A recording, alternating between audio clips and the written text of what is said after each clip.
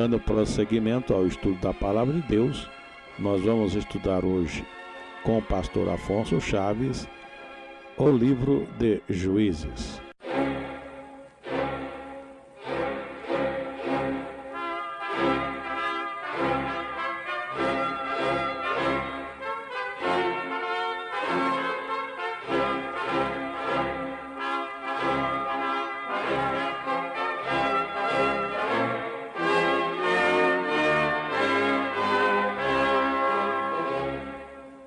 Dando início ao nosso estudo nas Sagradas Escrituras, uma continuidade que temos tido em estudos de livros após livros, chegamos ao livro de Juízes e vamos assim, assunto após assunto, capítulo após capítulo, considerarmos aquilo que as Sagradas Escrituras registram para nós. Precisamos estar atentos para melhor acompanhamento do estudo, é que antes e nas oportunidades que viemos a seguir, estejamos já com uma leitura prévia deste livro, como os demais livros da Bíblia, para quando se entrar no assunto já estar preparado para aquilo que vai ser explicado. Nos livros de Juízes nós temos muitos aspectos, que vamos estar englobando mais no aspecto histórico, de narrativas, como ensinamentos para nós, de coisas que são de bom proceder ou também de mau proceder. Mas até aquilo que foi feito de errado pode servir para nós também, como modelo daquilo que Deus desaprova, de uma forma errada de pensar, e assim crescermos nas coisas de Deus. Observe que o livro de Juízes é imediatamente após o livro de Josué, sendo uma continuidade desse livro. Então, os assuntos que temos aqui são em sequência ao livro de Josué, ou seja, a entrada na terra prometida e o avançar, o conquistar todos aqueles territórios que Josué repartiu para as tribos de Israel. Lembrando que 2,5 tribos já receberam herança da além do Jordão, e aqui vamos ter as tribos outras procurando ainda estar saindo e conquistando as suas terras. Alerta outra vez, temos muitos assuntos aqui difíceis, horríveis mesmo de comportamento, mas vamos entender. Tudo isso é ensinamento para nós. Nós somos da mesma massa. Se nós não tivermos cuidado, os mesmos absurdos que fizeram no passado, nós poderemos estar fazendo hoje também, achando que não tem nada demais. Mas são coisas horríveis. Se o povo de Deus naquele tempo o fez, pode acontecer hoje também. Mas isso não será nunca aprovado por Deus. E fica então este alerta. Entrando, portanto, no primeiro capítulo de Juízes, a narrativa que nós temos, acompanhando na Bíblia alguns versos, vamos observar as primeiras palavras dos 2 primeiros versos que assim dizem: E sucedeu depois da morte de Josué, que os filhos de Israel perguntaram ao Senhor, dizendo: Quem dentre nós primeiro subirá aos cananeus para pelejar contra eles? E disse o Senhor: Judá subirá. Eis que lhe dei esta terra na sua mão. Começa o livro de Juízes com uma coisa boa, que deveria continuar em todo o tempo. O povo de Deus perguntando, consultando a Deus para tudo aquilo que viessem a fazer. E assim é que, perguntando quem deveria primeiro partir para as conquistas de terra, Deus falou que Judá iria subir primeiro. No verso 3, destacamos o início do verso 3, quando observamos que Judá pede o companheirismo da tribo irmã, a tribo de Simeão. A palavra é assim: então disse Judá a Simeão, seu irmão: sobe comigo, a herdade que me caiu por sorte, e pelejemos contra os cananeus, e também eu contigo subirei à tua. E continua. Paremos. Coisa boa, a união entre as tribos irmãs na saída das pelejas para a conquista da herança que Deus deu. Na verdade, também lembremos que Simeão ganhou uma herança que era dentro do território da tribo de Judá. Ou, outra forma de dizer, a herança de Simeão era toda ela cercada pela herança da tribo de Judá. Assim as duas saíram juntas para as conquistas.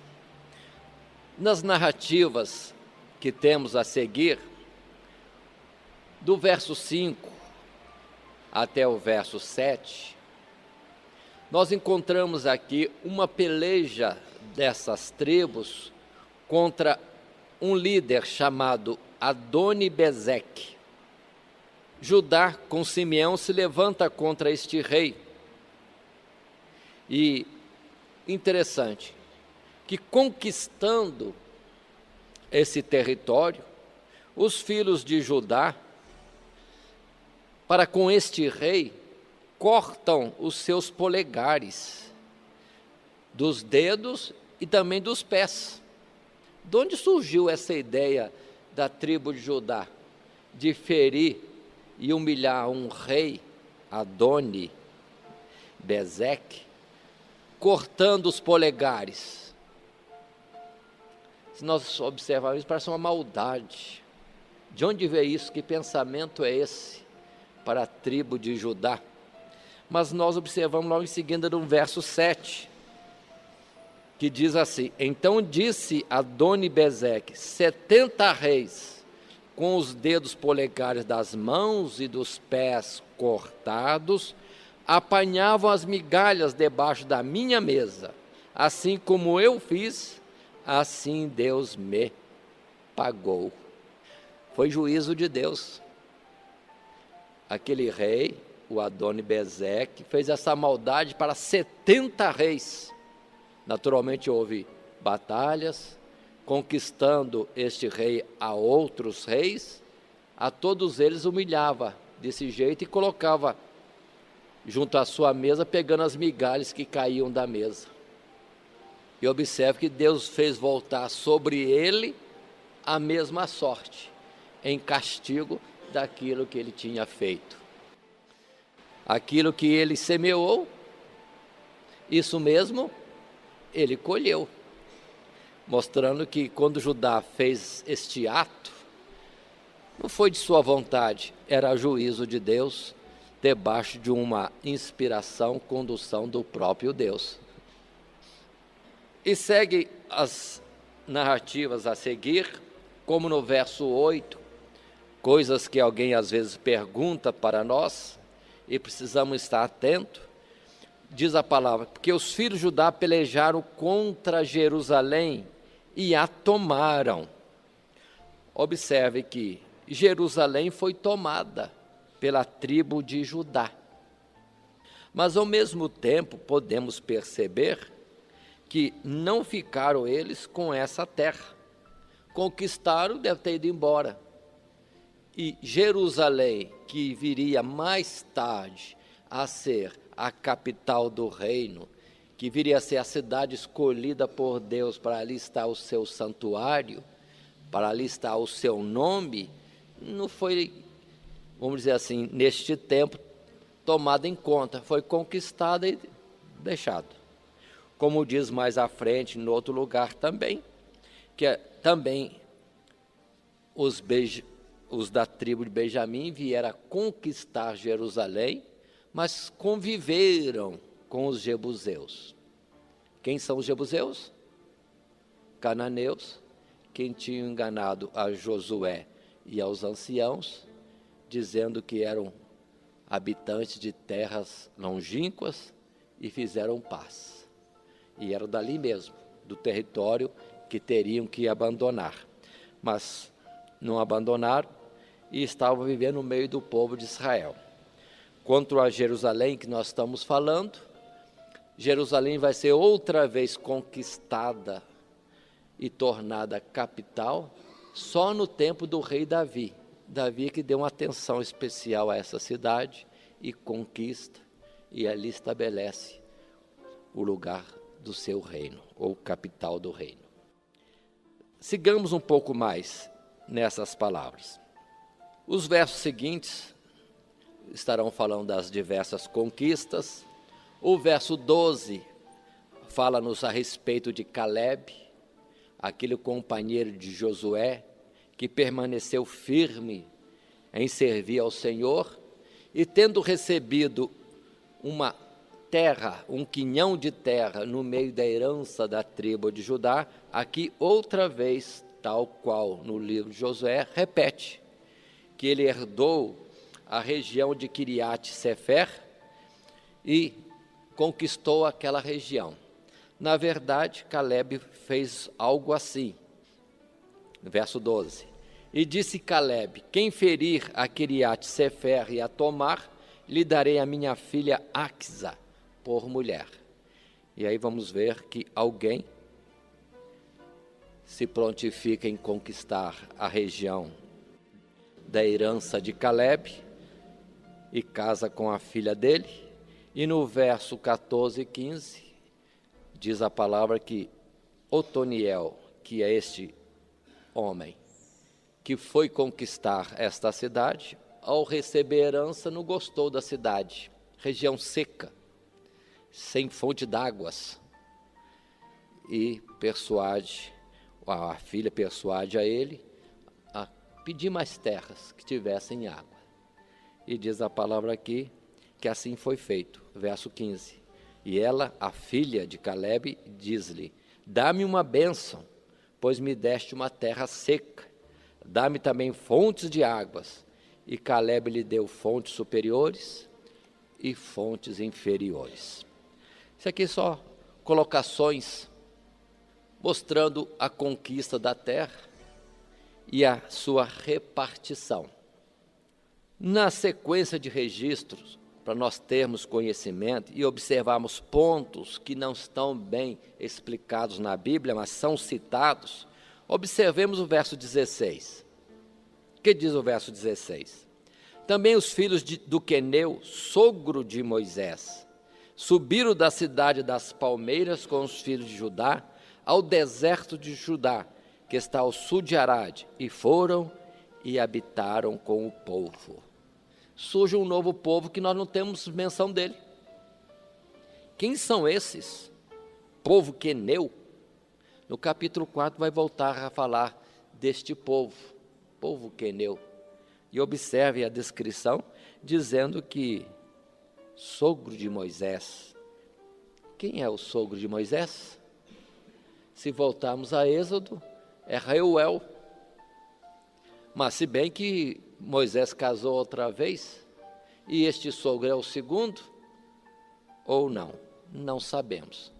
Mas mostra que houve uma descendência dos parentes de Moisés pelo seu sogro, que vieram acompanhando o povo de Israel e tomando herança no meio do povo de Israel. E vamos ouvir algumas vezes mais na história do povo de Israel, os queneus, envolvidos também com Davi, como que gente que não era de Israel, mas está junto com Israel nas suas lutas também. Observe, não sendo descendência de Abraão, habitava no meio do povo como se fosse do povo de Israel. E aqui está esta observação. Friso um pouco mais, que lembrando de Reuel, o pai de Zípora, esposa primeira de Moisés, que ele não quis avançar o deserto com Moisés. Ele ficou entre os midianitas. Então, quem são esses queneus? Naturalmente, não deve ser da descendência de Reuel, porque recusou de caminhar com o povo de Israel. Dando sequência às considerações, aos registros que temos à frente, Chegamos ao verso 19, que Judá e Simeão, andando, conquistando a terra, que era a sua herança. Infelizmente, podemos ler algo como isso, porque diz a palavra assim: e foi o Senhor com Judá, leia o verso 19, e despovoou as montanhas, porém não expeliu os moradores do vale, porquanto tinham carros de ferro. O que entendemos com isso? Judá, uma tribo tão forte, debaixo de uma direção de Deus que nós vimos nos primeiros versos, que Judá deveria subir primeiro, conquistando a terra, e que Deus seria com eles. Vemos que Judá deu uma olhadinha no vale, viu que os povos do vale tinham carros ferrados, carros de batalha, acharam melhor se acomodar nas montanhas e não tomar toda a terra que era a herança de Deus. Observe que nessa descrição de Juízes é a primeira tribo a falhar com a ordem de Deus, porque a ordem de Deus era categórica: não temais a eles, porque o Senhor vosso Deus certamente entregará nas suas mãos. Palavra de Josué, palavras de Moisés. Mas vemos que olharam o vale, carros ferrados entrando na guerra, recuaram. Não obedeceram ao Senhor. É a primeira tribo que isso faz. Dando sequência, nós vamos ver, como disse há pouco antes, verso 21, falando dos filhos de Benjamim, diz assim: porém os filhos de Benjamim não expeliram os jebuseus que habitavam em Jerusalém. Antes, os jebuseus habitaram com os filhos de Benjamim em Jerusalém até ao dia de hoje. Naturalmente, no tempo da escritura, quando foi feita. Indo à frente, verso 22 vai descrever a partida da tribo de José para conquistar as terras da sua herança. Aqui diz: e subiu também a casa de José a Betel, e o Senhor foi com eles. E vai contar aqui algumas coisas na passagem da conquista da terra por José. Está tudo bem. Observe o verso 24.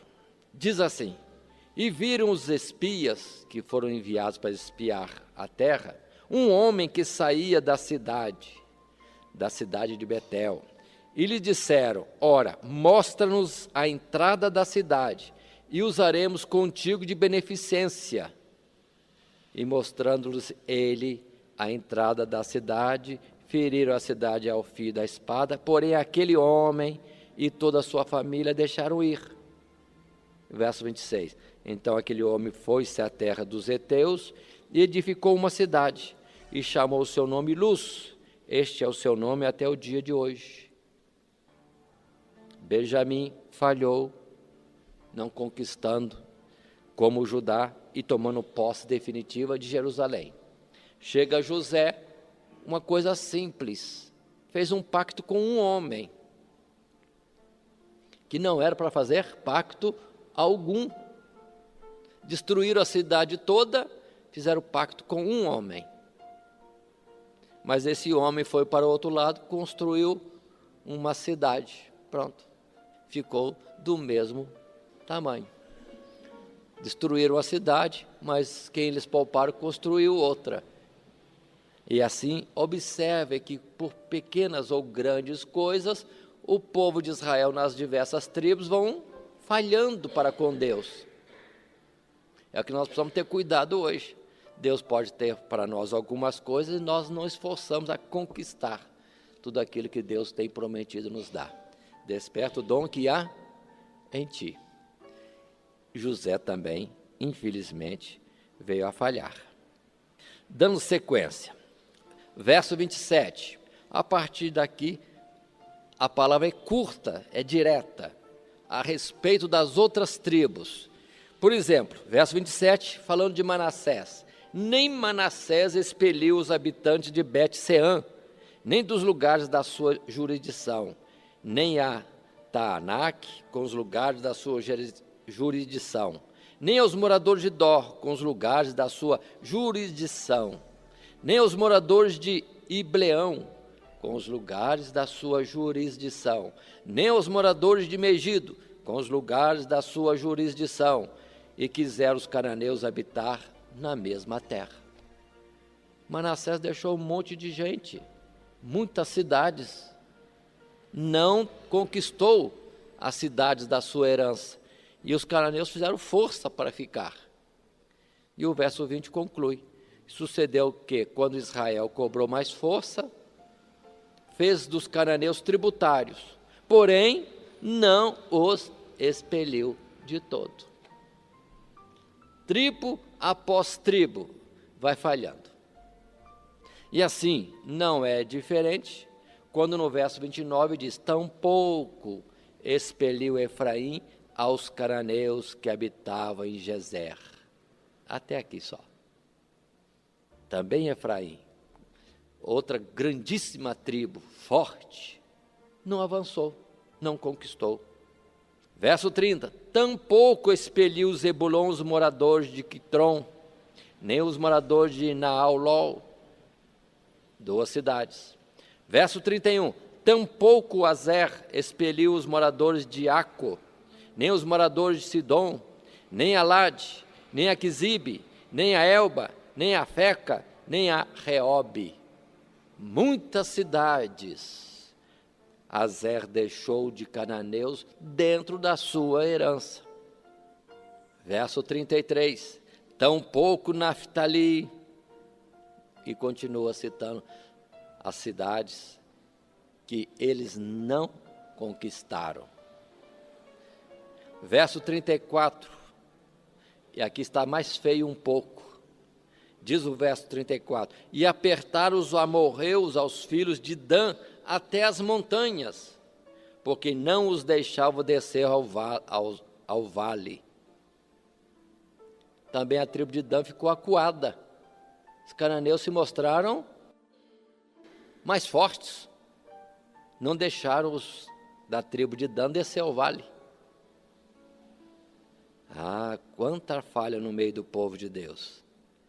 E continua a palavra citando no verso 35, igualmente, e o verso 36, no primeiro capítulo, encerra este texto dizendo: e foi o termo dos amorreus, desde a subida de Acrabim, desde a penha e dali para cima.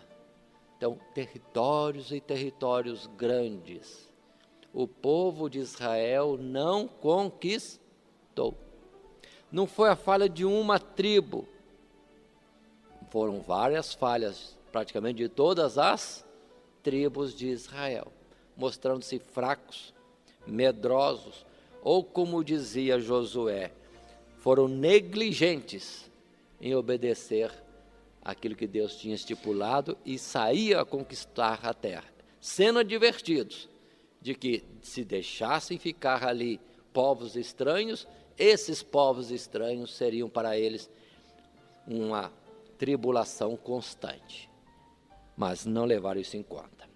Assim sendo, o capítulo 2 vai mostrar que Deus vem com correção, primeiramente numa repreensão, porque diz o primeiro verso do capítulo 2, e subiu o anjo do Senhor de Gigal a Boquim e disse: do Egito vos fiz subir, e vos trouxe a terra que a vossos pais tinha jurado, e disse: nunca invalidarei o meu concerto convosco, e quanto a vós, não fareis concerto com os moradores desta terra.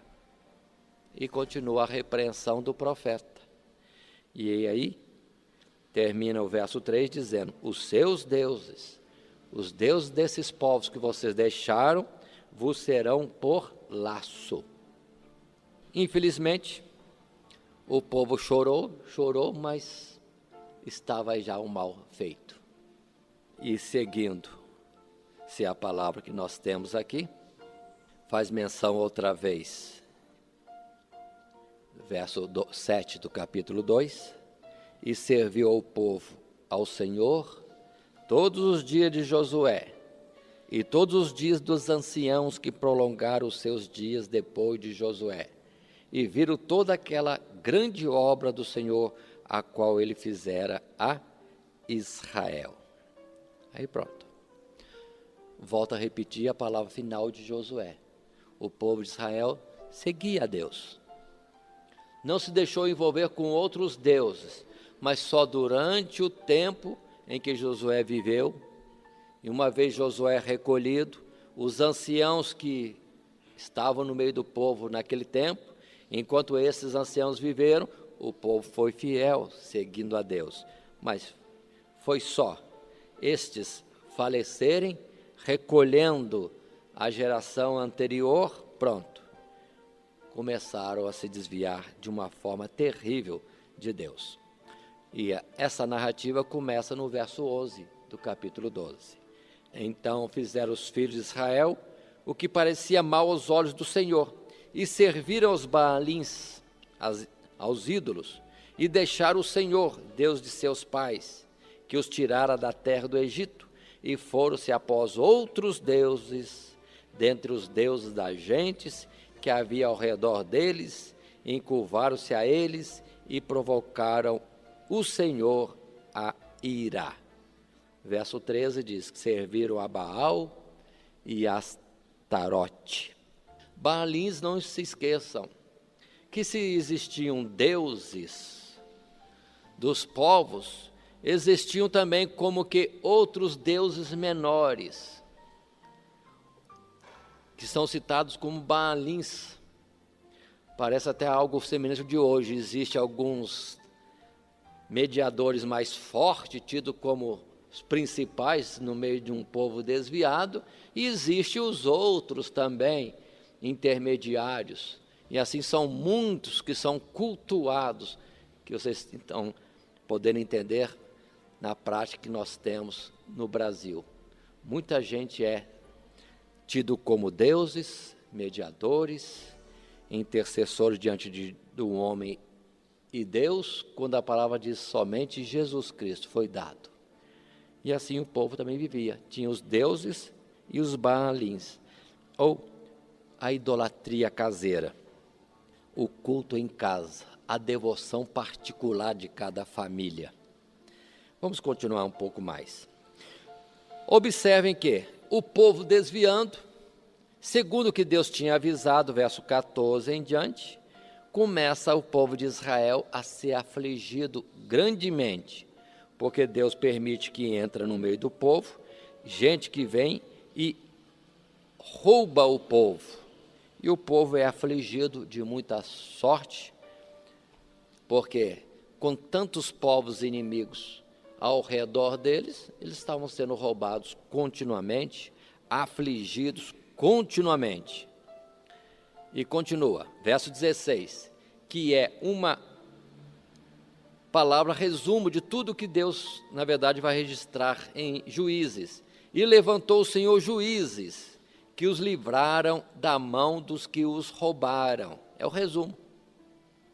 Juízes, líderes, pessoas que teriam, então, a direção do povo, estariam orientando o povo, julgando as causas do povo. Mas o verso 17 diz, porém, tampouco ouviram os juízes, antes se prostituíram após outros deuses e se encurvaram a eles. Depressa se desviaram do caminho por onde andaram seus pais, ouvindo os mandamentos do Senhor. Mas eles, não fizeram assim.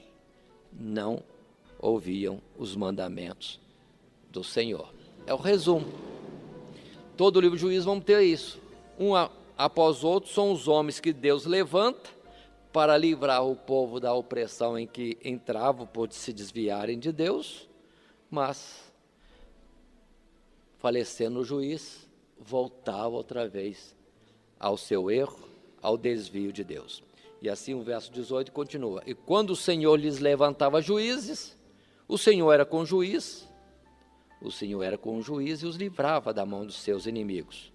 Todos os dias daquele juiz, porquanto o Senhor se arrependia pelo seu gemido, por causa dos que apertavam e oprimiam.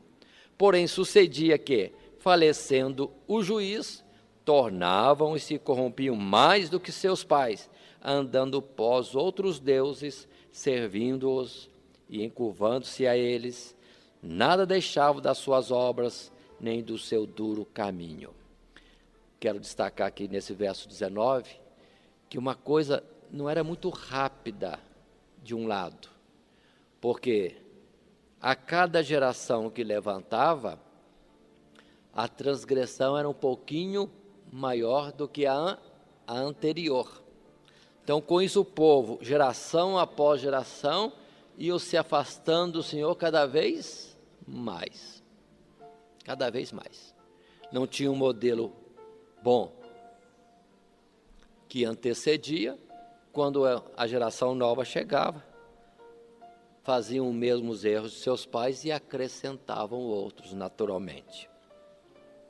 E a palavra do Senhor volta a repetir nos versos 20, 21 até 23, Deus irado com o povo.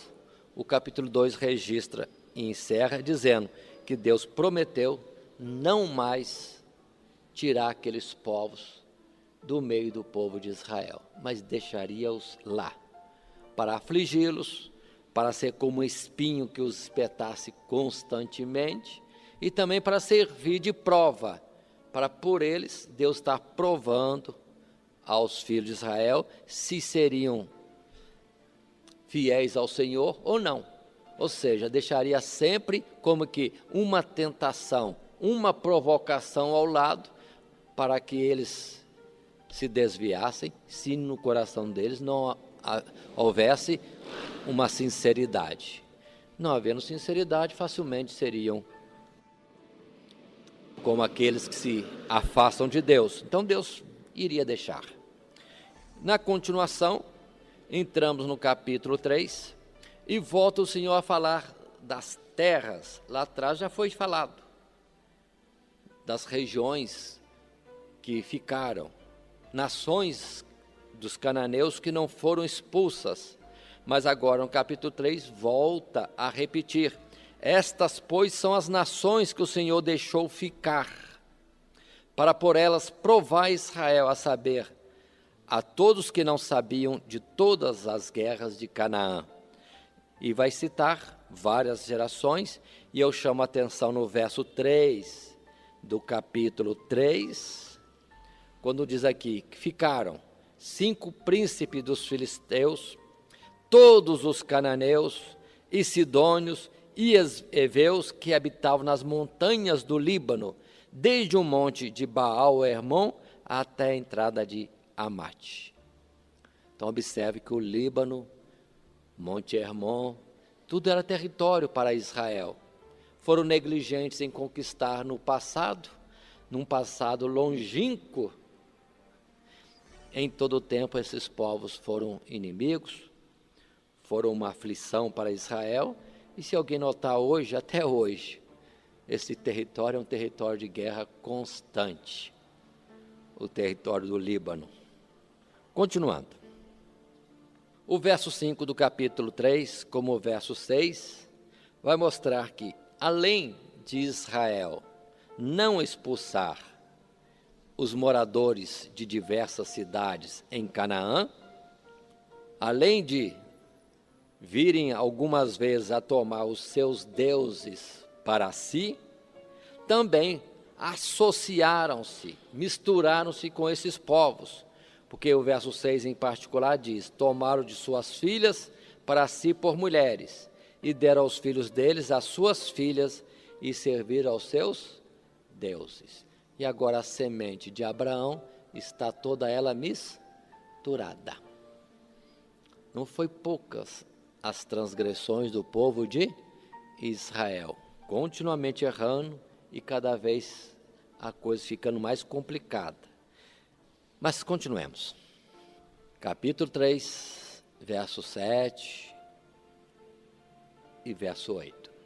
O povo se desvia de Deus, é a palavra do verso 7. O verso 8, Deus se ira contra o povo de Israel e entrega-os na mão de inimigos.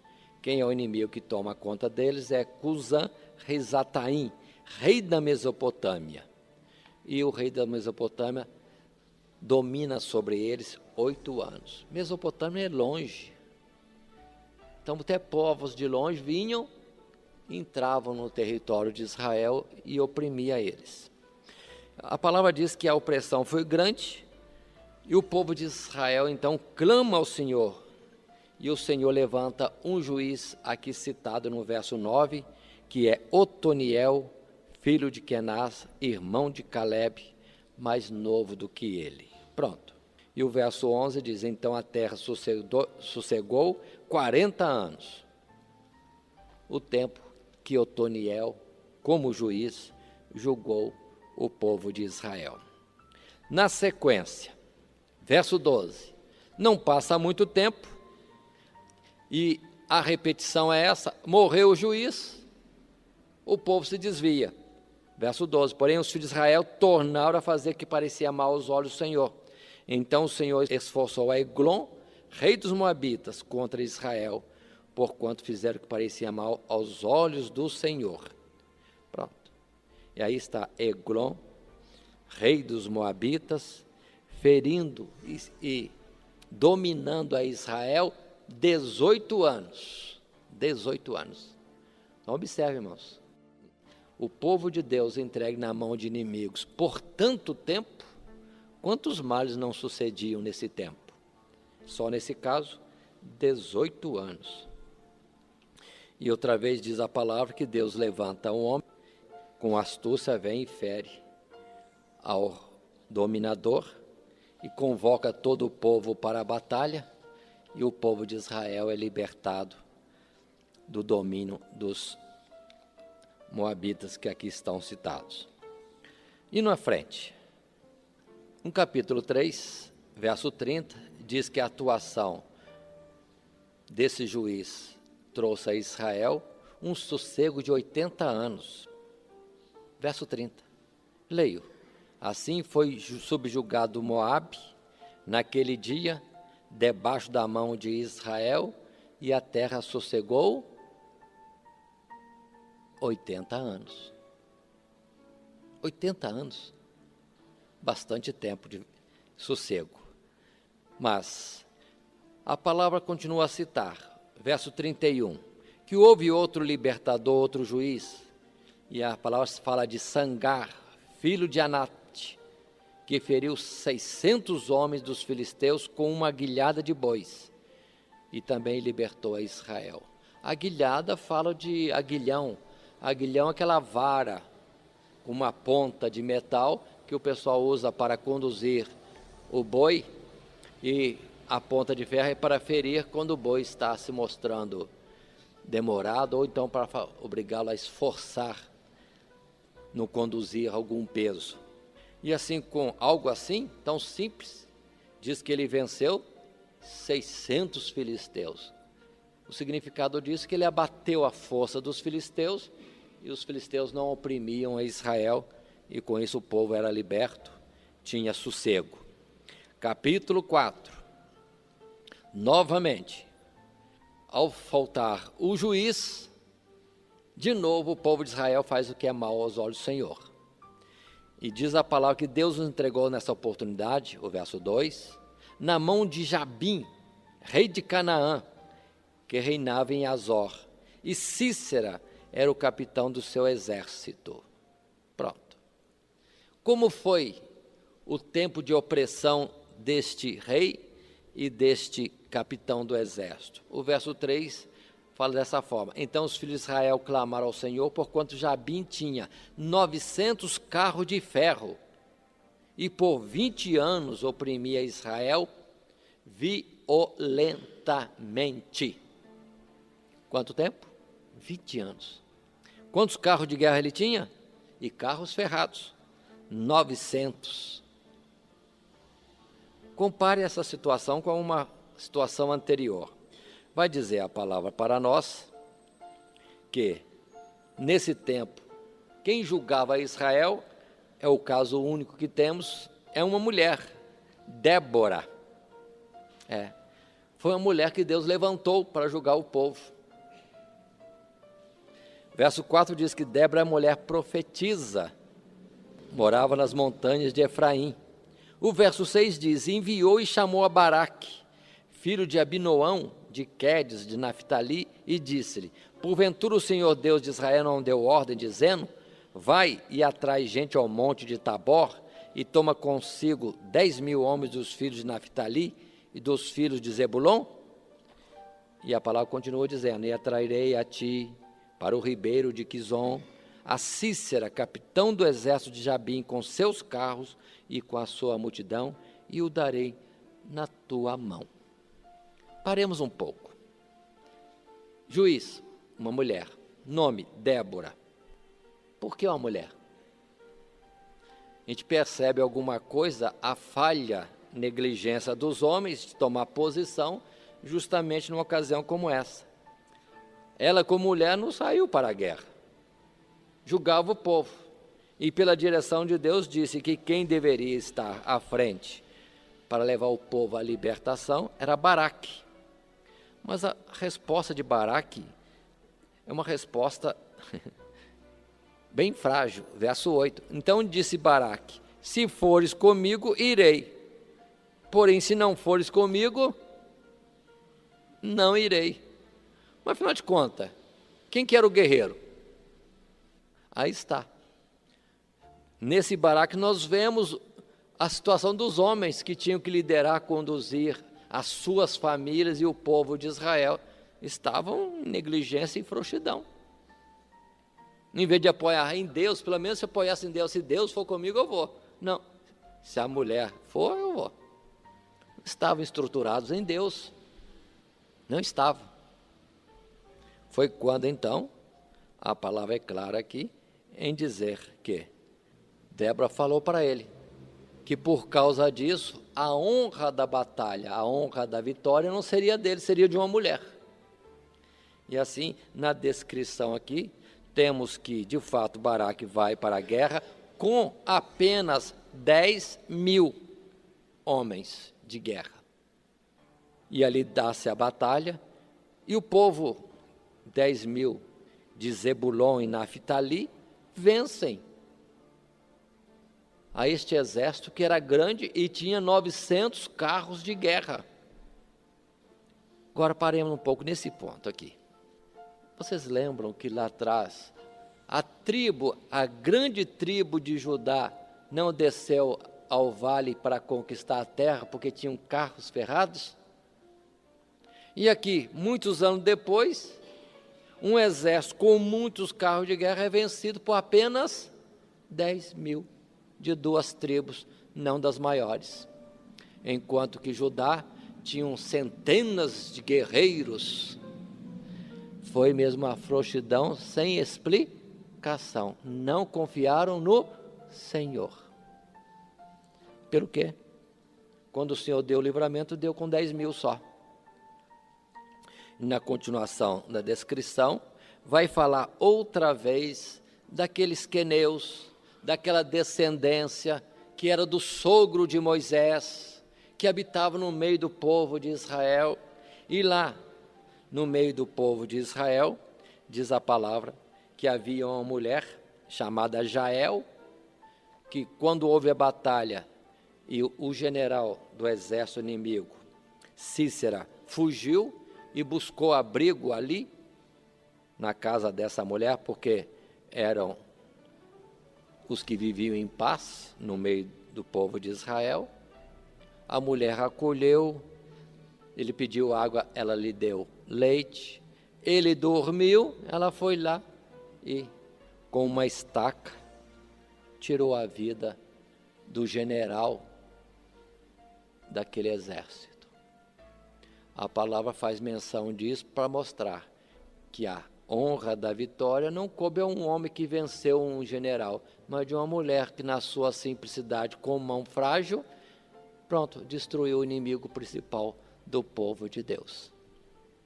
E diz a palavra que depois Débora vai cantar as vitórias de Israel no capítulo 5.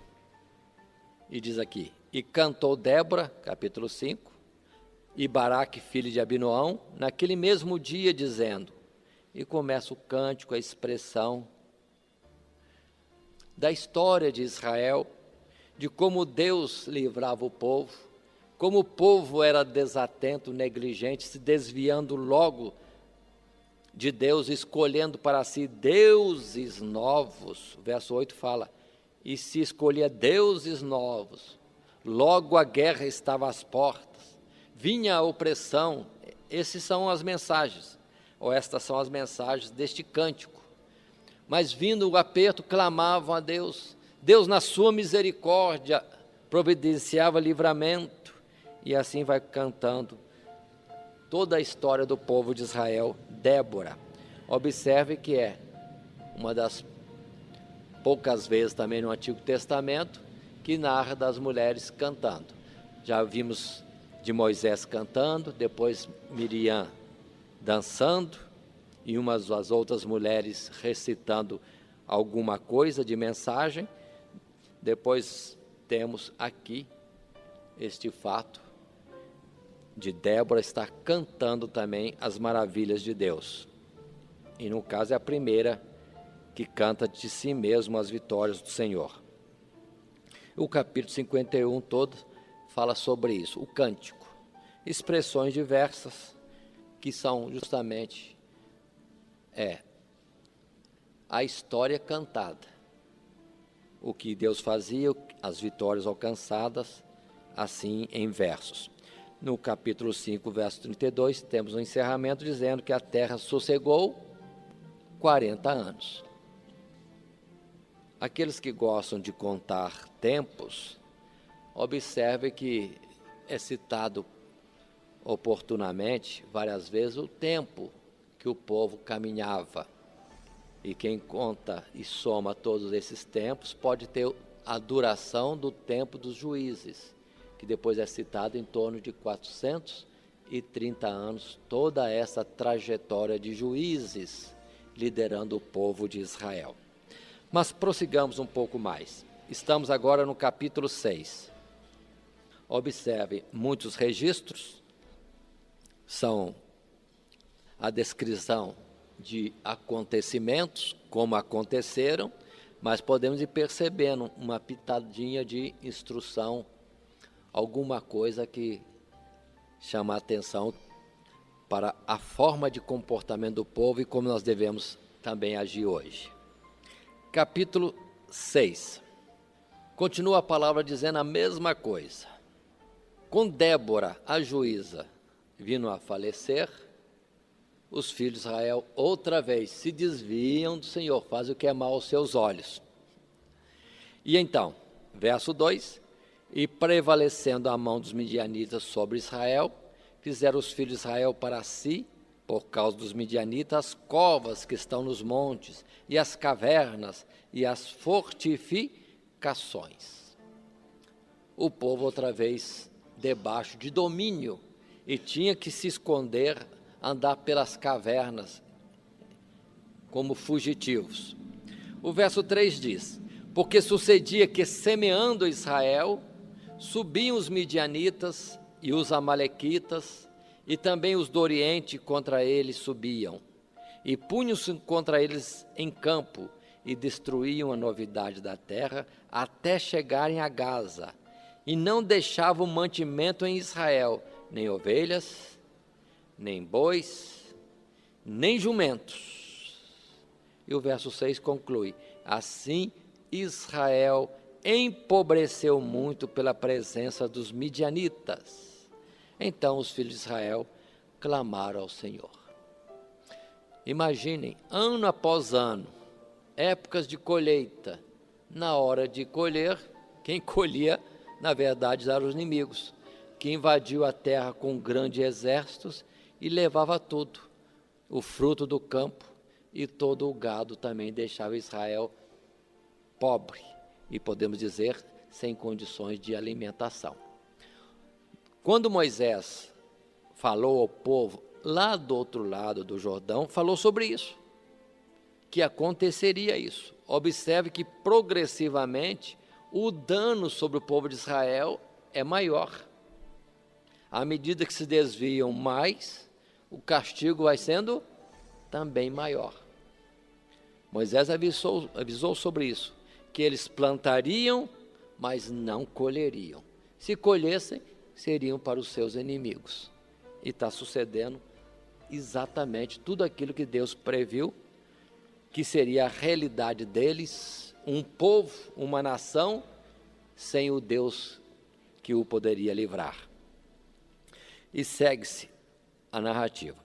Clamando a Deus, Deus venha com uma repreensão. Verso 7 em diante é a repreensão. Vamos ler o verso 8. Enviou o Senhor um profeta aos filhos de Israel, que lhes disse: assim diz o Senhor, Deus de Israel: do Egito eu vos fiz subir e vos tirei da casa da servidão. Continua. E vos livrei da mão dos egípcios e da mão de todos quantos vos oprimiam, e os expeli diante de vós, e vos dei a sua terra. E vos disse: eu sou o Senhor vosso Deus, não temais aos deuses dos amorreus, em cuja terra habitais, mas não destes ouvidos à minha voz. Deus primeiro alerta. Por que está acontecendo isso? Desvio, desobediência. Com isso, observem que, tempos em tempos, Deus levantava alguém, não só como juiz no meio do povo, como líder, que dava livramentos, conduzia o povo e estabelecia a paz no meio do povo de Israel. Mas Deus tinha também os seus mensageiros. Essa é uma máxima sempre. Deus nunca se deixa ausente em toda a vida de Israel, estando ele com Deus, servindo, obedecendo ou não, sempre existia um profeta, pelo que vemos a expressão, e saberão que houve um profeta no meio do povo, porque Deus avisava tudo, isso de tempos em tempos, como agora nesse presente. O que vai acontecer? Deus vai levantar um novo juiz, cuja história é toda especial, narrada com mais detalhes, e esse juiz é Gideão, que está no capítulo 6, a partir do verso 11. Que diz a história? O que se fala de Gideão? A palavra diz que um anjo veio a Gideão.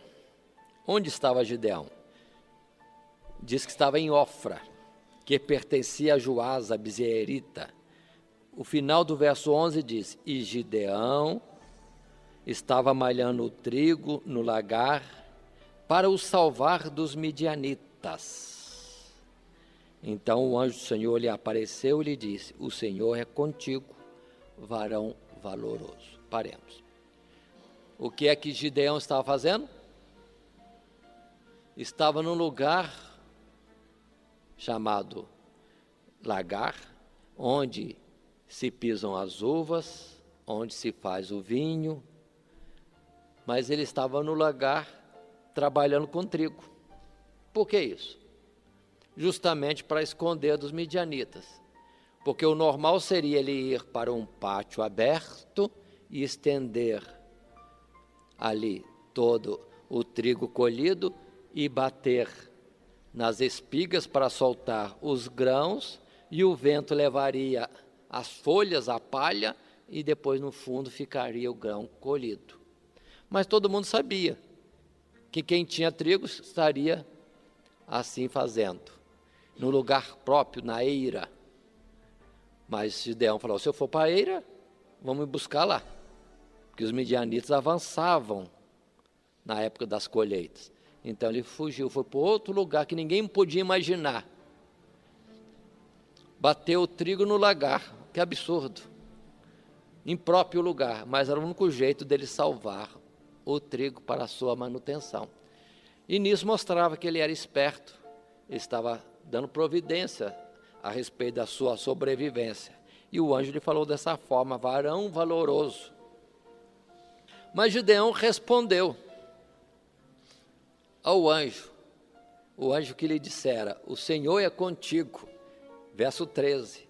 E Gideão lhe responde: ai, Senhor meu, se o Senhor é conosco, porque tudo isso nos sobreveio? E que é feito de todas as suas maravilhas que nossos pais nos contaram, dizendo: não nos fez o Senhor subir do Egito? Porém agora o Senhor nos desamparou e nos deu na mão dos midianitas. Observe que este homem ouvira a história e crera na história, porque está guardando. Mas agora pergunta, se não está acontecendo o livramento passado, Deus nos abandonou. Na verdade, temos a resposta, porque Deus abandonou o povo, se desviou. Foi atrás de outros ídolos, deuses falsos. Mas o anjo não se deixa perturbar por esta palavra.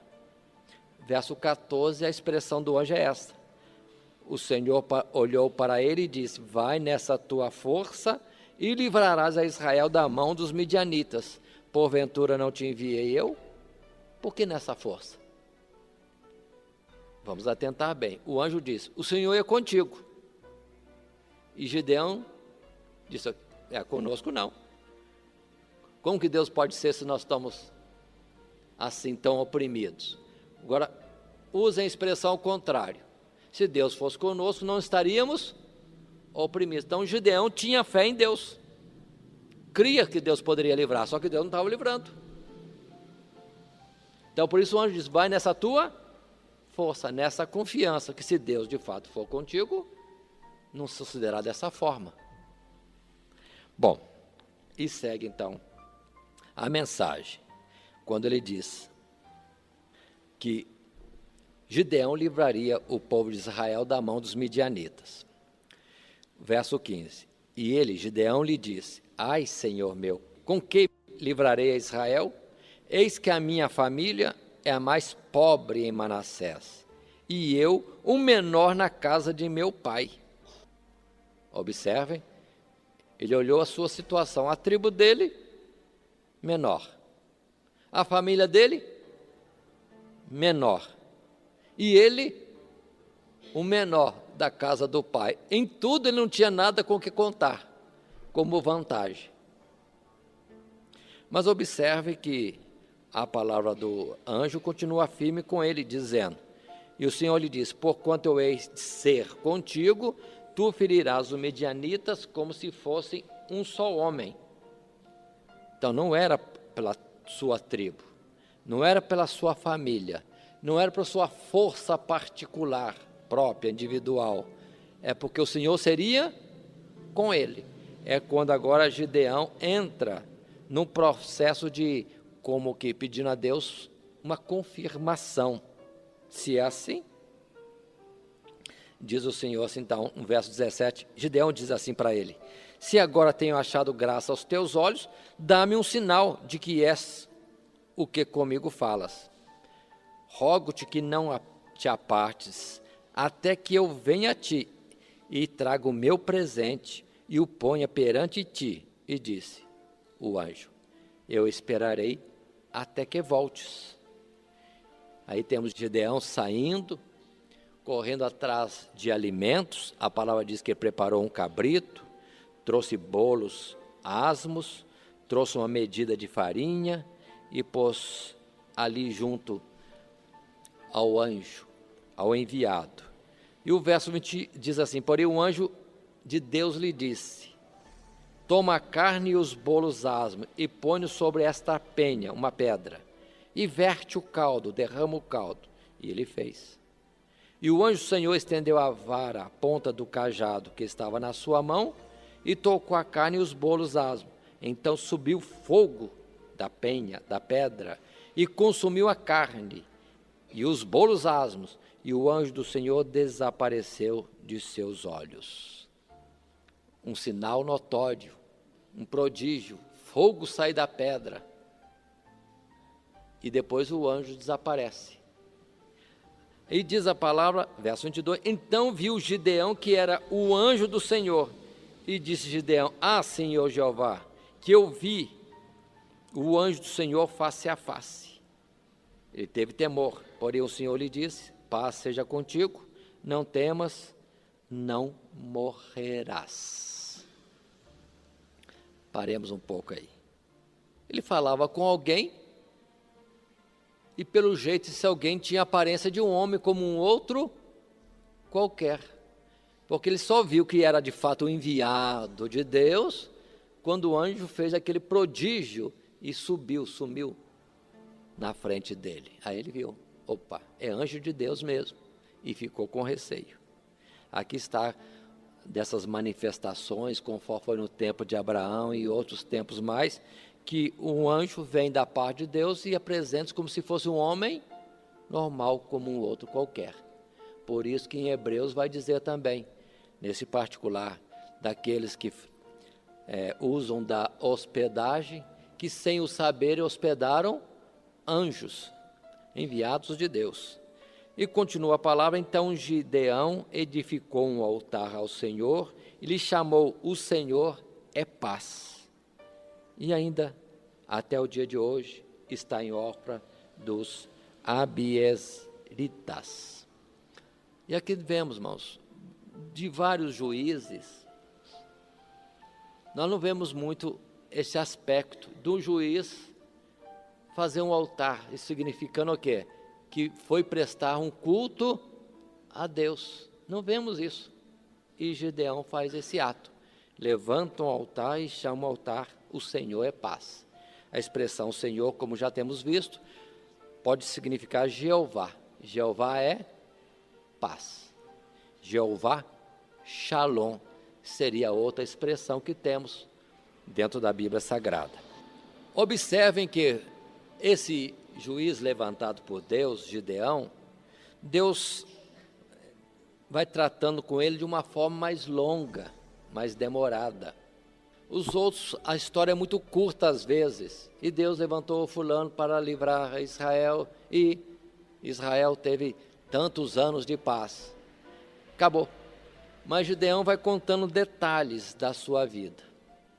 No verso 25 em diante, versos à frente, está escrito que Deus falou com Gideão, vai e destrói o ídolo que seu pai tem. Quer dizer que o pai dele tinha um ídolo também. Verso 25 fala bem claro, e aconteceu naquela mesma noite que o Senhor lhe disse, toma o boi de teu pai, a saber, o segundo boi de 7 anos, e derriba o altar de Baal, que é de teu pai, e corta o bosque que está ao pé dele. E o verso 26 diz, edifica ao Senhor teu Deus um altar no cume deste lugar forte, no lugar conveniente. E pede mais o Senhor para ele o holocausto do segundo boi. Aí está, irmãos. Deus fazendo alguma coisa a mais. A ordem foi, destrói o altar que seu pai levantou para Baal. Observe como a idolatria estava tão perto de Gideão. O pai dele tinha um altar à idolatria.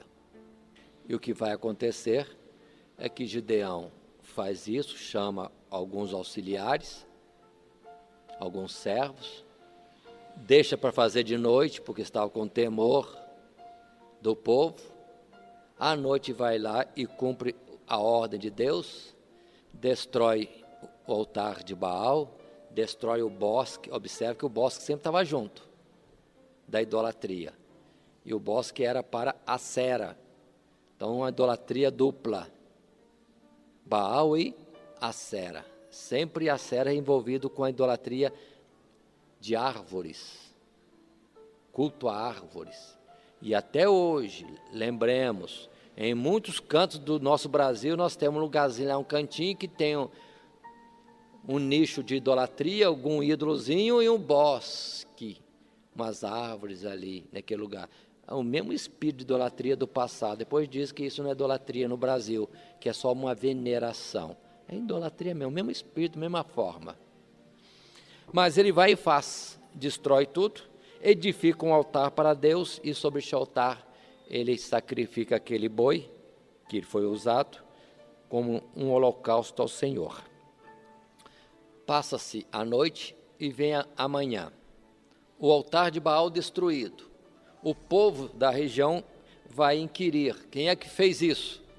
E a resposta chega a Gideão. Gideão é que fez isto.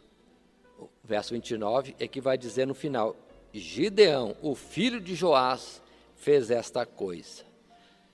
Aí vem a descrição de uma ocorrência interessante. Então os homens daquela cidade disseram a Joás: tira para fora o teu filho para que morra, pois derribou o altar de Baal e cortou o bosque que estava ao pé dele. Porém Joás disse a todos os que se puseram contra ele: contendereis vós por Baal? Uma pergunta. Livra-lo-eis vós? Outra pergunta. Aí Joás, o pai de Gideão, diz: qualquer que por ele contender ainda esta manhã será morto. Se é Deus, por si mesmo contenda, pois derribaram o seu altar. O pai foi sábio. Se Baal é Deus, ele vai se livrar, ele vai tomar atitude contra aquele que destruiu o altar dele. Então ninguém mexe em nada. Ninguém toma a frente do Deus Baal. Se Baal é Deus, ele vai agir. E a partir daí, o nome de Gideão vai ter uma outra implicação, porque para chamar ele de Gideão somente, mas chama ele de outro nome. E a palavra é essa: Jerubaal. O verso 32 diz: pelo que naquele dia lhe chamaram Jerubaal, dizendo: Baal contenda contra ele, pois derribou o seu altar. Mas o que o ídolo pode fazer? O que o Deus falso pode fazer? Coisa alguma. Essa foi a forma sábia que Joás defendeu o filho e mostrou de uma forma clara que Baal não é Deus. Baal não é Deus. A continuação, verso 33, vai mostrar que os midianitas começaram a se ajuntar, trazendo também os amalequitas, em um grande número, e se puseram em campo de batalha no vale de Jizriel. Observe a palavra Jizriel, vale de Jizriel. É um vale que continuamente foi palco de guerras. Verso 34. Então o Espírito do Senhor revestiu a Gideão, o qual tocou a buzina, e os abiezritas se ajuntaram após ele, e enviou mensageiros por toda a tribo de Manassés, que também se convocou após ele. Também enviou mensageiros a Azer, e a Zebulon, e a Naphtali, e saíram-lhe ao encontro. Pronto. Os inimigos se ajuntaram em grande quantidade. E Gideão, na confiança de Deus, toca a buzina, no sentido de que proclama a reunião de Israel, as tribos aqui citadas, para estarem nesta batalha contra, observem, os midianitas e amalequitas, povos parentes, mas sempre inimigos de Israel. Lembremos desse particular. Na continuação, verso 36, é aquela prova que Gideão faz com o Senhor, a mais, além daquela prova do anjo. É a questão do velo de lã, que Gideão vai ao Senhor pedindo uma confirmação. Se o Senhor vai me dar este povo todo na minha mão, e faz o teste. Verso 37. Eis que eu porei um velo de lã na eira, eira, lugar de malhar o trigo. Se o orvalho estiver somente no velo, e secura sobre toda a terra, então conhecerei que hás de livrar Israel por minha mão, como tens dito. E assim sucedeu, porque o outro dia se levantou de madrugada e apertou o velo, e do orvalho do velo espremeu uma taça cheia d'água. Deus deu resposta positiva, que estaria com ele para vencer aqueles inimigos. Mas Gideão insiste, numa prova agora ao contrário, verso 39. E disse Gideão a Deus: não se acenda contra mim a tua ira, saindo a falar só esta vez, rogo-te que só esta vez faça a prova com o velo. Rogo-te que só no velo haja secura, e em toda a terra haja orvalho. E Deus fez assim naquela noite, pois só no vê-lo havia secura e sobre toda a terra havia orvalho. Duas provas. Aqui, irmãos, observe que Deus nos irou com essa prova que Gideão colocou. O Senhor é comigo? E pediu uma prova. É importante nós vermos isso, que muitos há que tomam uma atitude dizendo, o Senhor é comigo, e vão debaixo de qualquer voz, qualquer palavra, qualquer profecia, qualquer entendimento, qualquer coisa que surgiu na sua mente, e vai, o Senhor vai comigo.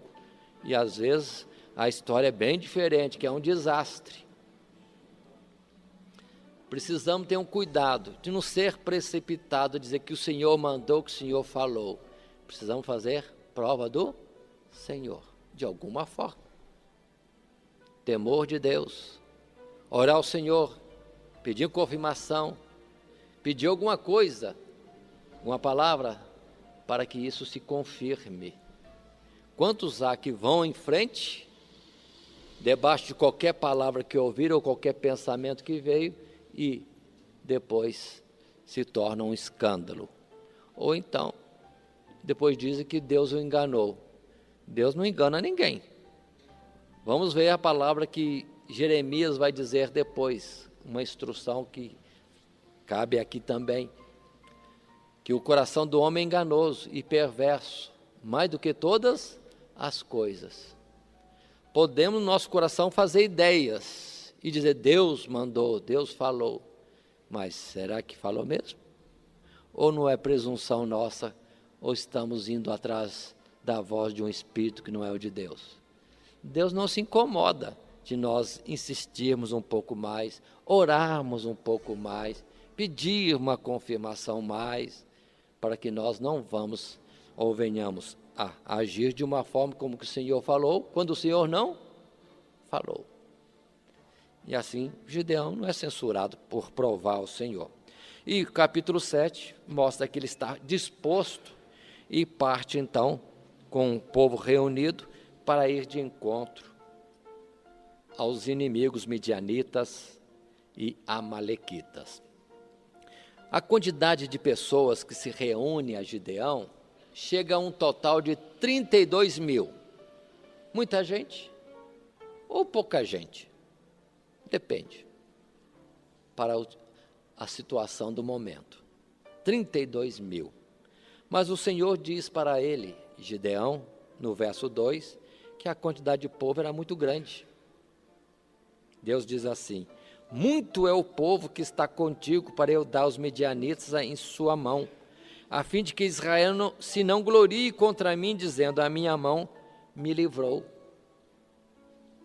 Verso 3, agora, pois, apregou aos ouvidos do povo, dizendo, quem for covarde e medroso, que volte, e vá-se apressadamente das montanhas de Gileade.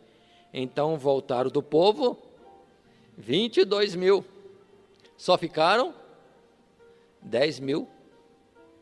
Então quer dizer que o pessoal estava com medo, não estava crendo, não estava confiante, não eram valorosos. 22 mil voltaram, ficaram 10 mil só.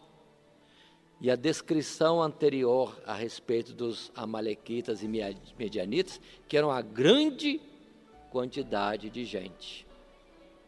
Voltemos um pouco ao tempo de Moisés, quando ele dizia, quando o povo de Israel sair para a guerra, vocês primeiro proclamem uma coisa, se alguém está com medo, se alguém é covarde, pode ir embora, para não enfraquecer a mão de seus irmãos. Era já a ordem de Moisés no passado. Como existiam outras ordens mais. Se alguém está casado e ainda não esteve com a sua esposa, então pode ir embora. Se alguém plantou e não colheu o fruto do que plantou, vai embora. E assim ia sendo dado ordem. Quem construiu uma casa e ainda não pôde morar na casa, vai embora. Porque só estaria na guerra aqueles que não tivessem distração alguma, preocupação alguma, mas tivessem tão somente como alvo primeiro e principal no seu coração a causa do Senhor Deus. Então, de fato, desses 32 mil, se colocasse mais condições, o povo ia diminuir bastante. 10.000. Mas o Senhor tornou a dizer para Gideão: ainda tem muito povo. Ainda tem muito povo. E Deus disse: aquele que eu disser para você que irá à guerra, este irá. Mas aquele que eu disser não, não irá. E é quando vai então a prova para saber quem iria. É o verso 5 do capítulo 7. E fez descer o povo às águas. Então o Senhor disse a Gideão: qualquer que lamber as águas com a sua língua, como as lambe o cão, esse porás à parte. Como também todo aquele que se baixar de joelhos a beber. E foi o número dos que lamberam, levando a mão à boca, 300 homens. E todo o resto do povo se abaixou de joelhos a beber as águas. E disse o Senhor a Gideão: com esses 300 que lamberam as águas, vos livrarei e darei os midianitas na tua mão, pelo que toda outra gente se vá cada um ao seu lugar. 10.000 sobraram da primeira seleção. E agora quantos sobraram? 300. Só 300? 300. Deus fez uma prova. Podia ser qualquer coisa, qualquer prova. Deus usou essa. Leva o povo para beber água. Aquele que se ajoelhar, se acomodar para beber água, você separa de um lado. Aquele que passar, meter a mão na água e beber a água da mão e for, separa para o outro lado. Alguns procuram dizer que os que estavam prontos para a batalha de Deus são só os 300, que não estavam se abaixando para nada, nem distraídos, nem confortáveis, estavam já de alerta. Passou na água, meteu a mão, molhou a boca e vamos embora. Está pronto para a batalha. Está vigilante. Está atento para a causa do Senhor que estava para ser defendida. Enquanto os outros estão acomodados, ainda que possam ser valentes, mas estavam um pouco acomodados, não estavam assim tão prontos. É uma explicação que se dá.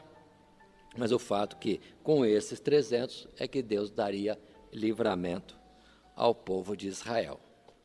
Continua a palavra dizendo no verso 9 e versos seguintes, que agora Deus mesmo é que diz para Gideão: vou te provar mais uma vez de que eu serei contigo para te dar vitória sobre os inimigos com apenas 300. E Deus faz com que Gideão desça de uma forma mais escondida até perto do acampamento dos midianitas e amalequitas e escute o que está sendo falado lá. E o verso 13 diz: chegando, pois, Gideão, eis que estava contando um homem ao seu companheiro um sonho, e dizia: eis que um sonho sonhei.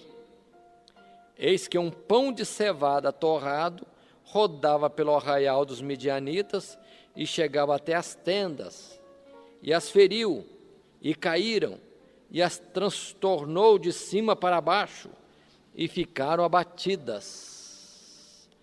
Um dos inimigos contando para o seu companheiro o que ele tinha sonhado.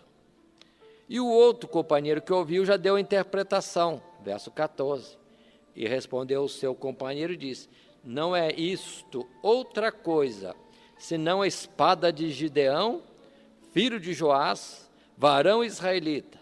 Deus tem dado na sua mão aos medianitas e a todo este Israel.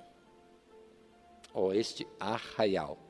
E sucedeu que, ouvindo Gideão a narração deste sonho e a sua explicação, adorou e tornou o arraial de Israel e disse: levantai-vos, porque o Senhor, Deus, Jeová, tem dado o arraial dos midianitas nas vossas mãos. Paremos. Gideão foi comparado a quê? Gideão foi comparado a quê? A pão de cevada. Numa guerra, Gideão não era uma espada, não era um arco, não era uma flecha, não era uma lança, não era um carro ferrado, não era um leão, não era um cavalo treinado para a guerra. Gideão foi comparado? Pão de cevada. O que o pão de cevada pode fazer numa batalha? É Deus mostrando para Gideão que ele não era nada, mas Deus faria vir a vitória, para que o homem não se apoiasse em si mesmo de forma nenhuma. Ele não era forte, ele não era valente, ele não era vigoroso, não, era um instrumento frágil, mas na mão de Deus que daria a vitória. Observe, irmãos, essa ideia, muitos se colocam como que podem, são capazes, são melhores, são os tais, e nisso aí Deus fica de lado. Quem assim está dispensando Deus. Deus pode ficar de lado assistindo, porque essa batalha é minha. Nessa batalha não tereis que batalhar. O Senhor contempla que eu vou trazer um livramento. Não é. É Deus que livra. É Deus que dá vitória. E na verdade a batalha e a guerra são de Deus. Por isso que diz a palavra que Deus escolhe as coisas vis deste mundo para confundir aquelas que dizem que são, para que o homem não se glorie, e a glória ser somente de Deus. Por isso que Paulo teve aquela palavra do Senhor: a minha graça te basta, porque o meu poder se aperfeiçoa na tua fraqueza. Então, mas cuidado, somos tendentes a, muitas vezes até, a orar, a jejuar, a fazer vigília, há muita coisa como que a nossa consagração que vai nos dar poder sobre,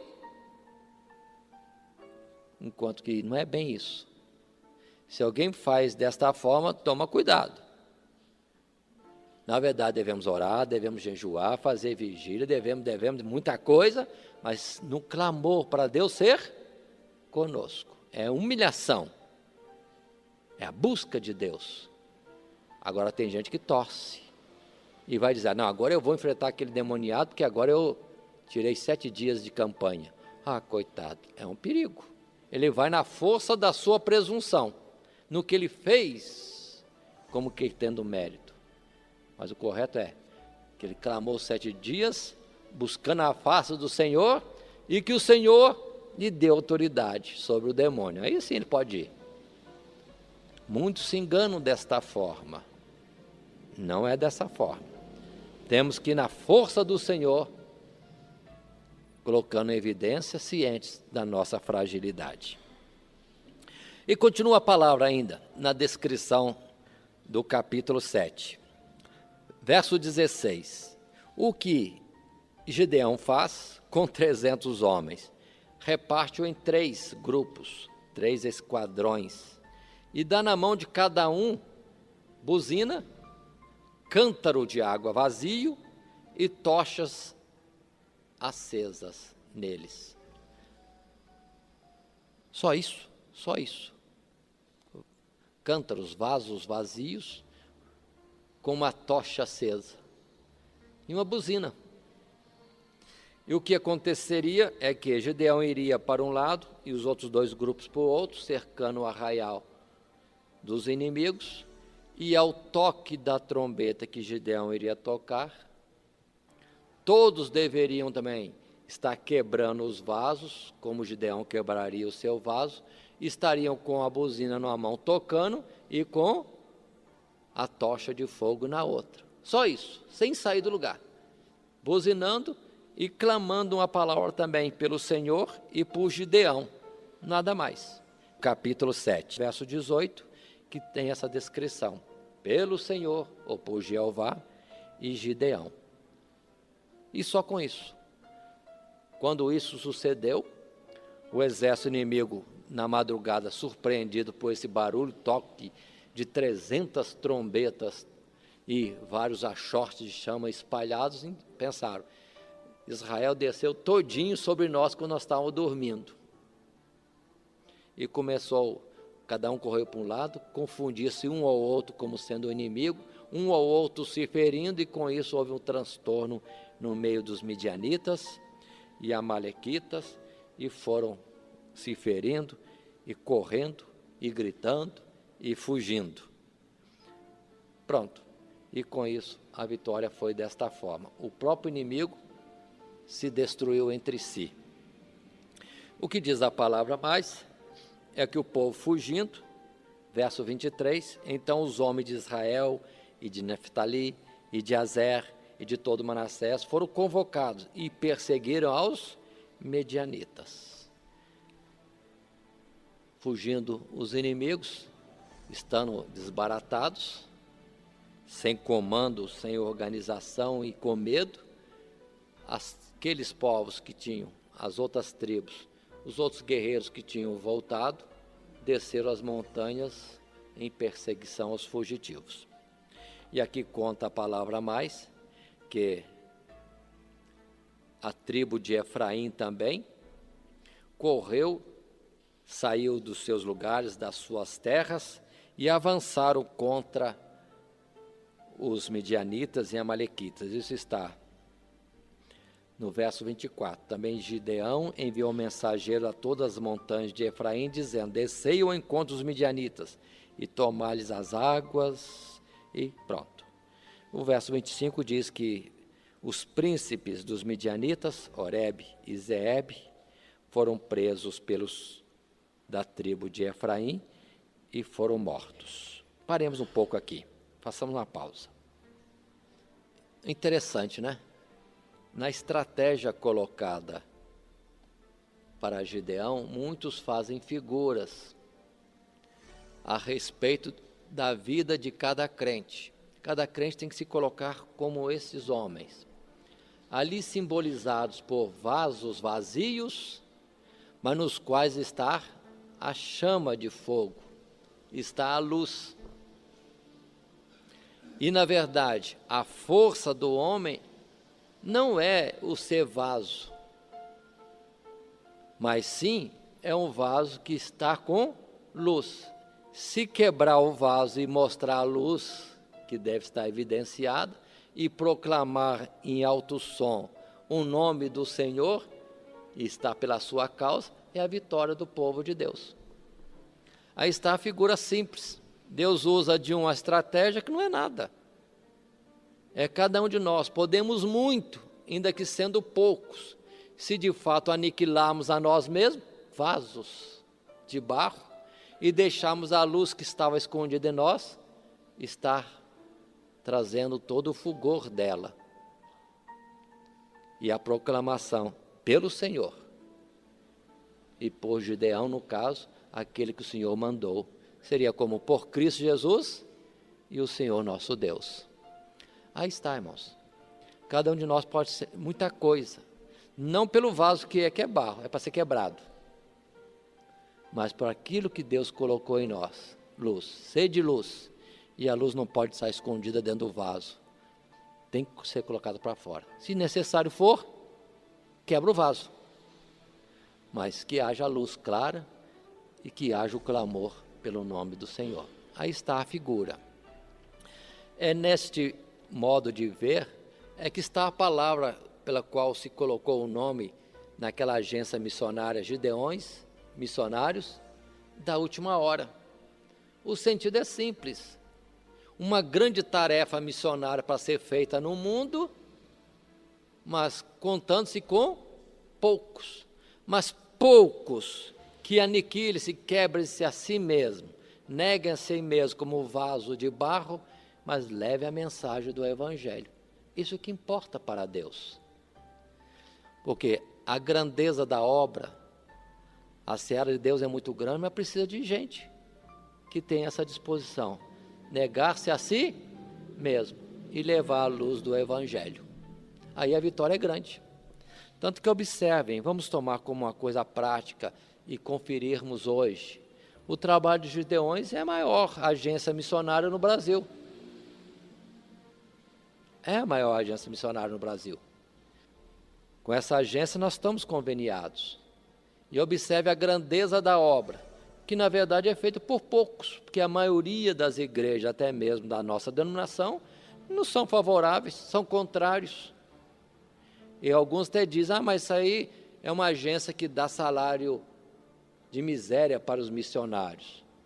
Mas Deus tinha falado numa profecia que seriam sustentados com farinha. Agora entendamos o seguinte, muitas agências missionárias estão querendo trabalhar, mas existem muitos missionários que querem ser vaso, não de barro, querem ser um vaso mais especial, querem ter um salário condizente com aquilo que pensam ser necessário para fazer a obra de Deus. Pelo que muitos missionários ganham bastante, e no número deles ao todo, no somatório, são poucos, porque a maioria da verba vai para o seu próprio sustento. Enquanto que o missionário de Gideão, que vai com salário mínimo e come farinha e bebe água, está lá pelos caminhos, pelas esquinas, na Amazônia, fazendo a obra de Deus. Vasos de barro que negam-se a si mesmo. Pelo contrário, observem um detalhe que nós vemos, na nossa denominação religiosa, temos a convenção que é um porte grande, reúne milhões de fiéis contribuindo constantemente para a obra missionária, milhões que também, pelo gasto das revistas de escola bíblica dominical, bíblias e outros elementos que são vendidos pela casa publicadora, entretanto não tem quase missionário nenhum na frente de trabalho. E quando envia, é alguém especial para ser missionário nos Estados Unidos, missionário na Europa. Esses são vasos muito especiais, não podem estar no Amazonas, não podem estar no deserto do Chile, não pode estar no gelo da Patagônia. Se querem fazer a obra de Deus, precisa haver renúncia, quebra o vaso. Por isso que Paulo também disse, que outra coisa eu não queria saber, senão anunciar Jesus Cristo e este crucificado. Pelo que? As suas próprias mãos o sustentavam. Não estava atrás de salário de ninguém. Não condenamos quem precisa de mais para fazer a obra de Deus, indo a lugares onde a moradia, onde outros detalhes mais podem exigir um pouco mais de recurso. Mas não critique os gideões missionários quando vivem os missionários de um salário pequeno, mas são vasos de barro. Estão satisfeitos porque neles brilha uma luz e os inimigos do Evangelho são vencidos. Almas são ganhas para o Senhor. Na continuação, queremos encerrar só essa parte que fala de Gideão, capítulo 8, a tribo de Efraim, grande tribo, que por último entrou na guerra, essa guerra de Gideão, vem tomar satisfação de Gideão. Por que é que você saiu para a guerra contra os midianitas e não nos chamou? Olha a presunção humana. O orgulho de ser uma grande tribo, de querer para si a vantagem da vitória. Que coisa horrível, feia. Ainda bem que Gideão teve sabedoria de Deus. Não se colocou como orgulhoso, não foi vaidoso nesta hora, mas se humilhou, porque no verso 2 do capítulo 8 ele diz, porém ele, Gideão, lhes disse, que mais fiz eu agora do que vós? Não são porventura os rabiscos de Efraim melhores do que a vindima de Abiezer? Paremos um pouco, o que Gideão quer dizer com isso? Um pouquinho que vocês deixam cair no campo, na colheita, é mais do que toda a colheita do meu povo, da minha família. O que vocês estão achando que eu sou? Eu sou nada. Vocês são grandes. E o verso 3, Deus vos deu na vossa mão os príncipes dos midianitas, Oreb e Zeeb, que mais pude eu logo fazer do que vós? Então a sua ira se abrandou para com ele, quando falou esta palavra.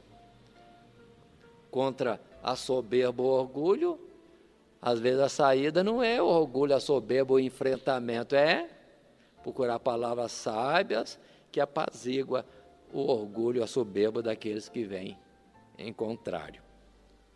E assim Efraim não teve como replicar mais. Continuando, segue-se a batalha mais um pouco. A palavra no capítulo 8 vai dizer que Gideão foi avançando cansado, com os seus soldados famintos, mas ainda perseguindo os inimigos, midianitas, amalequitas e midianitas, melhor dizendo. Foi perseguindo a eles e chegou até uma cidade chamada Sucote e pediu nessa cidade pão. Estamos famintos, cansados, dê-nos pão, porque estamos atrás dos nossos inimigos. Aquela cidade diz assim: mas os seus inimigos já estão nas suas mãos? Para que nós lhe demos, ou que nós venhamos a lhe dar pão? No sentido que você não ganhou ainda, como é que você quer que eu te ajude? Eu não sei se o outro que vai ser o vitorioso nessa batalha. Aí Gideão respondeu: quando eu tomar aqueles meus inimigos, virei aqui e cobrarei essa palavra. Ou seja, ele iria trazer um castigo para aquela cidade. Avançou mais um pouquinho, chegando a uma torre, Penuel, verso 8 do capítulo 8. E dali subiu a Penuel e falou-lhes da mesma maneira. Qual é a palavra? Pão para os famintos e cansados. E os homens de Penuel lhe responderam como os homens de Sucote lhe haviam respondido: já está o teu inimigo nas tuas mãos para que nós lhe demos pão? E acontece que segue-se a batalha, perseguindo os inimigos, Gideão vence a todos eles. E volta então agora, vitorioso dessa batalha longa, cansativa, penosa, e volta. Verso 14 e os versos próximos vão dizer que ele volta a Sucote e vai trazer o castigo a Sucote. Volta a Penuel e também traz o castigo àquela cidade, porque aqueles homens, aquelas cidades, aquelas localidades, em vez de ajudar ao povo de Deus, foi contrário e trouxe aquelas palavras impróprias, mostrando-se mais amigos dos inimigos do que confiantes em Deus e dando socorro ao que estava faminto. A palavra segue um pouquinho mais, chegamos ao verso 22. Verso 22. Uma palavra bonita que encontramos nesse trecho novo.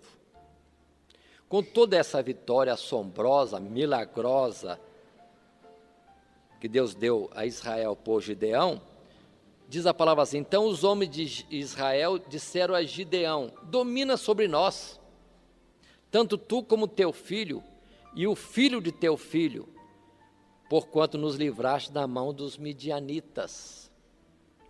Porém Gideão lhes disse: sobre vós eu não dominarei, nem tampouco meu filho sobre vós dominará. O Senhor, Jeová, sobre vós dominará. Aí que está a palavra bonita, irmãos. A pessoa se esvazia de si mesmo, não se considera grande e nem quer méritos, vantagens da vitória de Deus para si. O povo todo está querendo a ele como o rei de Israel. Ele diz: eu não, meu filho também não. Mas quem vai ser rei? Deus, Jeová, é o vosso rei, ele é que domina sobre vós. Aí está a pessoa confiante no domínio de Deus, nas suas providências, ainda que Deus não seja visível. Isso é que é fé, isso é que é compreensão da obra de Deus. Mas se ele disse uma palavra boa, infelizmente ele falhou logo em seguida, quando mais à frente, no verso 24, Gideão não vigia e faz um pedido. E disse mais Gideão: uma petição vos farei, dá-me cada um de vós os pendentes do seu despojo, porque tinham pendentes de ouro, porquanto eram ismaelitas. E disseram eles: de boa mente os daremos. E estenderam a capa, e cada um deles deitou ali um pendente do seu despojo. e foi o peso dos pendentes de ouro que pediu 1.700 ciclos de ouro, afora as loetas e as cadeias, e as vestes de púrpura que traziam os reis dos midianitas, e fora as coleiras que os camelos traziam ao pescoço. Gideão está rico. Que perigo. O que ele faz com essa riqueza? Verso 27. E fez Gideão disso um éfode, e pô-lo na sua cidade em Ofra, e todo Israel se prostrou ali após ele, e foi por tropeço a Gideão e a sua casa. O que aconteceu? Vamos dizer em outras palavras. Ele não quis ser rei, muito bem. Deu testemunho que é Deus que era o rei de Israel, ele é que dominava sobre o povo, mas pediu uma recompensa. Mas se vocês querem me dar uma coisa, eu faço uma petição. Eu quero só os pendentes de ouro que vocês ganharam no despojo. E veio bastante, deu uma soma boa em ouro. E ele fez uma estola sacerdotal de ouro e colocou na sua cidade. Lembre-se que esta peça, o éfode, é parte da veste do sumo sacerdote.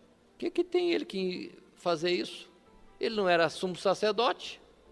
Pediu ouro e fez éfode de ouro, uma estola de ouro, e colocou na sua cidade. Pronto, serviu depois de relíquia, objeto de veneração, objeto de adoração, pelo que diz a palavra aqui. Pronto, foi por tropeço a ele e a sua casa. Por isso que depois Paulo vai dizer que o amor ao dinheiro é raiz de todos os males. A palavra termina no capítulo 8, de uma forma breve poderemos assim fazer, dizendo que Gideão trouxe paz à terra de Israel 40 anos. É o verso 28 que diz isso. O verso 30 diz: e teve Gideão 70 filhos, que procederam dele porque tinha muitas mulheres. Além das suas mulheres, faz menção o verso 31, e a sua concubina que estava em Siquém lhe deu também um filho, e pôs-lhe o nome de Abimeleque.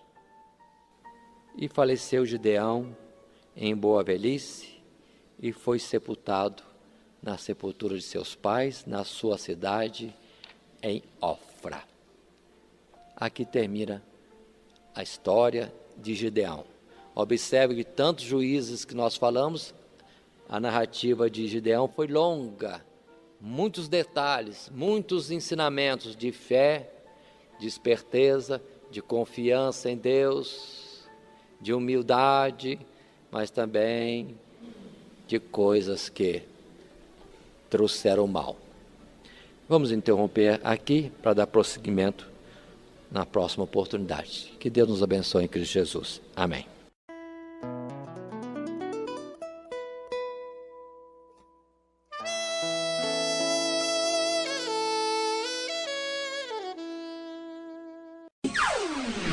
Todo dia, toda hora, muito mais prazer em ouvir.